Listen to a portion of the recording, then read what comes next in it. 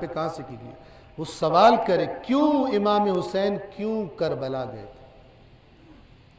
آپ سے کوئی دوسرا شخص وہ آپ کو دیکھتا ہے ماتم کرتے ہوئے، وہ آپ کو دیکھتا ہے آپ زیارت امام حسین کی اتنے شوقین ہیں، مجلس امام حسین کی شوقین ہیں، ٹھیک ہے، وہ آپ سے سوال کرتا ہے کہ یہ تم کس کی یاد بنا رہے ہو؟ توجہ سے سنیے، آپ کہتے ہیں مولا حسین علیہ السلام، کہتے کیوں، انہوں نے کیا کام کیا؟ آپ کہو کہ وہ انہوں نے کربلا میں ایک بہت بڑی قربانی دی تھی۔ آپ کہ اچھا، قربانی تو کسی بڑے مقصد کے لیے دی جاتی ہے، تو انہوں نے کس لیے قربانی دی؟ آپ کہیں ہمیں نہیں پتا، ہمیں نہیں پتا قربانی کس لیے دی تھی، بس ہم نے پٹنا ہے۔ اس جواب کے ساتھ آپ اس کو جذب کرو گے ایک سوچنے سمجھنے والے بندے کو؟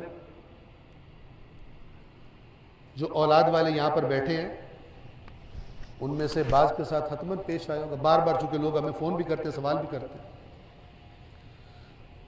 ہمارا بچہ جو تھوڑا سا بڑا ہو گیا ہے، ہماری بچی جو تھوڑی سی بڑی ہو گئی ہے، وہ اس عقیدے کے بارے میں سوال کر رہا ہے، اس عقیدے کے بارے میں سوال کر رہا ہے، ٹھیک ہے، اور والدین کے پاس جواب نہیں ہے ڈانٹنے کے علاوہ۔ یہ کیسے بے دینوں والے سوال کر رہے ہیں، یہ کیسے فلان والے سوال کر رہے ہیں؟ القابات سے نوازنے اور ڈانٹنے کے علاوہ کوئی جواب نہیں ہے، چونکہ خود نہیں سنجیدگی سے سیکھا تھا۔ میں یہاں پر ایک اور بات آپ کی خدمت میں عرض کروں، یاد رکھیے وَيَجْعَلُ الرِّجْسَ عَلَى الَّذِينَ لَا يَعْقِلُونَ، جو عقل استعمال نہیں کرتے اللہ ان کے حصے میں رجس قرار دے دیتا ہے۔ اس کو ذہن میں رکھتے ہوئے میں آپ سے سوال کرتا ہوں، ایک شخص پیدا ہوا شیعہ کے گھر، اپنی مرضی سے یا اللہ کی مرضی سے؟ جی تھوڑا بولیے، اللہ کی مرضی سے، ٹھیک ہے نا؟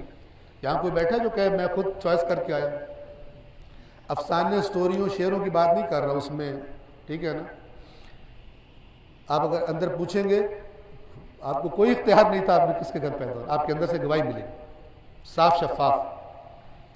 جو پیدا ہوا ہے مثلا کسی دوسرے مسلک کے گھرانے میں، وہ اپنی مرضی سے پیدا ہوا، اللہ کی مرضی سے پیدا ہوا۔ اب سنیں، اگر ان دونوں مختلف مسالک میں پیدا ہونے والا، یہ والا سمجھتا ہے وہ جہنمی، ٹھیک ہے، اور وہ سمجھتا ہے یہ جہنمی، ایک دوسرے کو جہنمی سمجھتے ہیں، لیکن ان دونوں نے جو اپنا اپنا دین اور مسلک سمجھا ہے، ان دونوں کی روش کیا ہے؟ عقل کے بغیر، کسی کمپیریزن کے بغیر، کسی فکر کے، کسی سوچ کے بغیر ہے۔ اس نے دیکھا میرے گھر میں یہ ماحول ہے، یہ اس میں ڈل گیا، اس نے دیکھا میرے گھر میں وہ ماحول ہے، وہ اس میں ڈل گیا، ٹھیک ہے، یہ جناب 13 رجب منا رہا ہے، وہ 11ویں شریف منا رہا ہے، فلان کر رہا ہے، یہ 12 ربیع الاول، وہ 17 ربیع الاول، دونوں۔ اور یہ بات سب سے بہتر اللہ جانتا ہے کہ کس نے کتنا سوچا ہے اور کس نے اندھا دھن فالو کیا۔ علیم بذات الصدور، جس نے قیامت کے دن فیصلہ کرنا ہے اس کے علاوہ کوئی نہیں جانتا۔ قرآن میں رسول اللہ سے کہا گیا قل اللہم، اے رسول کہہ دیجئے اے اللہ، قل اللہم فاطر السماوات والارض، اے آسمانوں اور زمین کو بنانے والے، عالم الغیب والشہادہ، غیب اور ظاہر کو جاننے والے، انت تحکم بین عبادک، تو فیصلہ کرے گا اپنے بندوں کے درمیان، فیما کانوا فیہ یختلفون، ان چیزوں میں جن میں یہ دنیا میں اختلاف کیا کرتے تھے تو نے فیصلے کرنے۔ وہ جس نے فیصلہ کرنا ہے وہ صرف ظاہر کو نہیں دیکھ رہا، اس نے ظاہر پہ گواہی نہیں دینی، بلکہ دلوں کے حال جانتا ہے، اندر کیا سوچیں چل رہی ہیں۔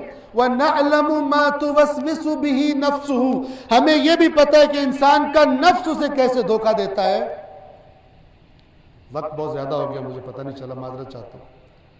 اس بات کو ہم انشاءاللہ کنٹینیو، اس جس نے فیصلہ کرنا ہے، بس اس سوال پہ بات ختم کر رہا ہوں کہ آپ بتائیے کہ وہ قیامت کے دن کس بنا پر ان دونوں میں سے، جو دونوں کی ایک جیسی روش رہی، صرف فرق یہ تھا یہ ادھر پیدا ہوا وہ ادھر پیدا ہوا، اس نے اس ماحول کو اندھا فالو کیا، اس نے اس ماحول کو اندھا فالو کیا، اللہ تبارک و تعالیٰ کس کرائیٹیریا، کس عدل، کس انصاف کی بنا پر ان میں سے ایک سے کہے کہ تو جا جنت میں اور دوسروں سے کہے تو جا جہنم میں، جبکہ دونوں میں صرف ایک فرق تھا کہ پیدائش ان کی مختلف جگہوں پر ہوئی تھی، باقی روش ساری کی ساری ایک جیسی۔ دین اسلام کو دین اسلام کے نمائندوں کو، مولا علی کو جنگ صفین میں سب سے زیادہ جو خیانت کا سامنا کرنا پڑا